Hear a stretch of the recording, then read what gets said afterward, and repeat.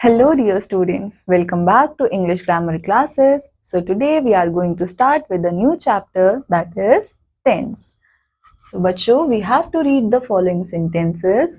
Ravi writes a letter. बच्चों what does this mean कि रवि जो है वो letter लिख रहा है.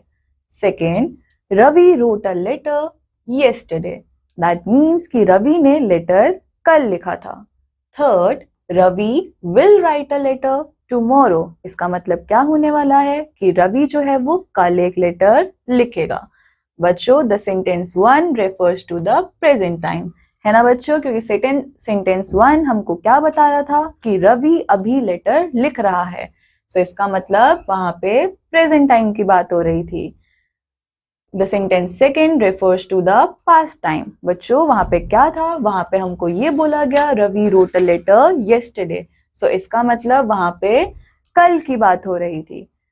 The sentence 3 refers to the future time, यानी कि वो हमको आने वाले कल के बारे में बताने वाले थे. सो बच्चों tenses are the forms of verb which express the time of action. So बच्चों टेंसेस क्या होते हैं, ये फॉर्म्स ऑफ वर्ब होते हैं जो कि हमको टाइम ऑफ एक्शन के बारे में बताता है, या फिर the time of an event. So बच्चों हम लोगों को टेंसेस किसी इवेंट के टाइम के बारे में भी बताते हैं. सो बच्चों टेंसेस हमारे पास 3 टाइप्स के होते हैं, present tense, past tense and future tense. So बच्चों present tense refers to the present time. बच्चों प्रेजेंट टेंस हम लोग कब यूज करेंगे, जब हम प्रेजेंट टाइम की बात कर रहे होंगे. पास्ट टेंस हम लोग कब यूज करेंगे, जब हम लोग पास्ट की बात करेंगे, यानी कि जो चीजें बीत गई. फ्यूचर टेंस के बारे में हम कब बात करेंगे, जब हम फ्यूचर के बारे में बात करेंगे, यानी कि टाइम दैट विल कम, यानी कि जो टाइम अब आगे आने वाला होगा उसमें हम जो चीज करेंगे उसके लिए we will use future tense. Now, verbs are used in different forms in the tenses. These forms of verb are 3. अब बच्चों verbs tense के according 3 different forms में use करी जाती है. First, simple present. Second, simple past. Third, simple future. अब बच्चों simple present tense में what we are going to use? We will going to use give, take, eat, go. But बच्चों इसी का सिंपल पास्ट में क्या बन जाएगा, गिव का बनेगा गिव, टेक का टुक, ईट का एट एंड गो का वेंट. ठीक है बच्चों. सिंपल फ्यूचर में हम लोगों के पास गिव का क्या बनेगा, विल गिव, टुक का विल टेक, ईट का विल ईट एंड वेंट का विल गो. So बच्चों let us read more example of 3 tenses. She eats. So बच्चों ये क्या है, ये एक simple present tense है. She ate. This is simple past tense. She will eat. She will eat. ये क्या होने वाला है, simple future tense. Now next example, bird flies. So बच्चों ये क्या है, simple present tense. The bird flew. ये क्या होने वाला है, simple past tense. The bird will fly.